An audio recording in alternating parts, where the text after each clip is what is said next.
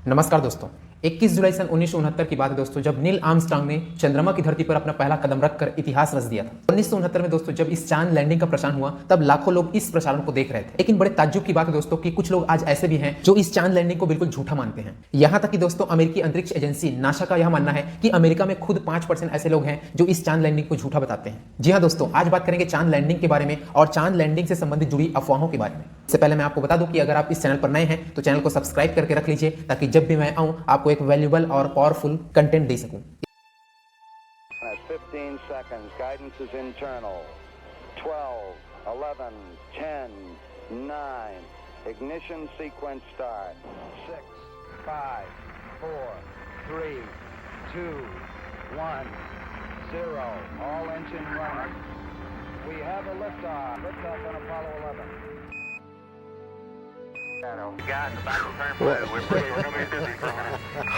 इस पिक्चर का जो हीरो है दोस्तों वह नील आर्मस्ट्रांग है।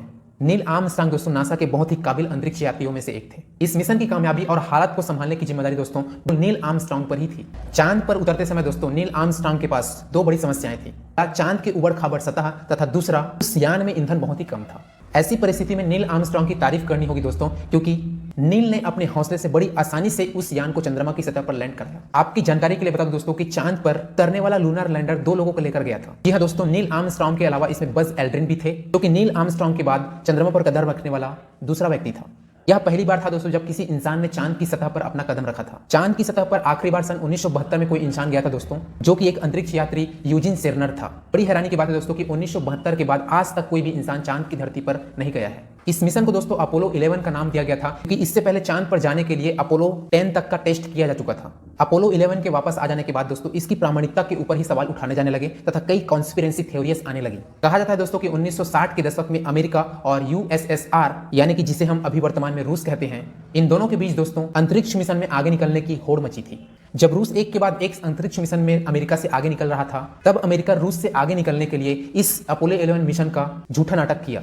ये पहली कॉन्स्पिरेसी थ्योरी आती है दोस्तों जब लोग इस पर बहुत ही ज्यादा बिलीव करने लगते हैं। जैसे जैसे वक्त बीतता गया दोस्तों बहुत सारी अफवाहें और कहानियां सामने आने लगी, लेकिन इन अफवाहों को दोस्तों बहुत ही तेज हवा तब मिली जब 1976 में एक किताब प्रकाशित हुआ जिसका नाम था we never went to the moon, America's $30 billion swindle. Basically यह किताब दोस्तों एक पत्रकार बिल केशिंग ने लिखी थी, जो कि इससे पहले नासा के जनसंपर्क विभाग में काम कर। इस किताब में ऐसे ऐसे बातों को बताया गया दोस्तों और उल्लेख किया गया है जिससे ये लगता है कि वाकई में ये जो चांद का जो मिशन था वह बिल्कुल झूठा था। पहली कॉन्स्पिरेसी थ्योरी ये दी जाती है दोस्तों कि बिना हवा के जो चांद पर झंडा लहरा रहा है वह कैसे पॉसिबल है। इस पर नासा का ये जवाब है दोस्तों कि जो फ्लैग का जो डंडी था वह एल साइज का था। दूसरी थ्योरी दोस्तों बिना तारों का आकाश। चांद लैंडिंग का फोटो लिया गया दोस्तों तो उस समय उस फोटो पर एक भी तारे नजर नहीं आ रहे थे। इस पर नासा का ये कहना है दोस्तों कि सूर्य का प्रकाश जब चंद्रमा पर पड़ता है तब चंद्रमा के रिफ्लेक्शन की वजह से बाहर जो तारे हैं वह दिखाई नहीं देते हैं। इसके अलावा दोस्तों लोग ये भी मानते हैं कि जो चंद्रमा पर पैरों के जो निशान दिखाई दे रहे हैं वह बिल्कुल नकली है। एक थ्योरी ये भी दी जाती है दोस्तों कि चांद पर यान के उतरने का निशान क्यों नहीं है। कुछ कॉन्स्पिरेसी थ्योरी में दोस्तों ये कहा जाता है कि फोटो में एक से अधिक प्रकाश स्रोत उपस्थित हैं, जो कि चंद्रमा की सतह पर पॉसिबल ही नहीं है। इसके अलावा दोस्तों लोग ये भी कहते हैं कि चांद पर जो भी फोटोज लिए गए हैं वह अस्पष्टीकृत हैं। कहने का मतलब है वह साफ साफ दिखाई नहीं दे रहे हैं और ऐसा लग रहा है कि इसे किसी फोटो स्टूडियो में शूट किया गया है। बहुत से लोग दोस्तों चांद पर चलने के तरीकों को भी नकली बता रहे हैं। उनका मानना है कि ये सीन फोटो स्टूडियो में बिल्कुल स्लो मोशन से बनाए गए हैं। उनके हिसाब से दोस्तों इस वीडियो को आप 2x स्पीड से चलाएंगे तो यह बिल्कुल धरती पर चलने जैसा होगा। क्या है दोस्तों, यह तो बिल्कुल नहीं कहा जा सकता, परंतु स्लो मोशन वॉकिंग से ऐसे उछलते हुए वीडियो बनाए जा सकते हैं। लेकिन साइंटिफिकली देखा जाए दोस्तों तो चांद पर ग्रेविटी जो है वो पृथ्वी की तुलना में कम है, इसलिए वहां पर एस्ट्रोनॉट उछलते हुए दिखाई देते हैं। इस मिशन को लेकर दोस्तों लोगों की अलग अलग राय है, जो यह मानते हैं कि हमारे पास कई वजह हैं जिसकी वजह से हम प्रूव कर सकते हैं कि अपोलो मिशन वाकई में हुआ ही नहीं था। दूसरी ओर दोस्तों नासा भी अपनी तरफ से पूरी पुख्ता सबूत होने का दावा करती है।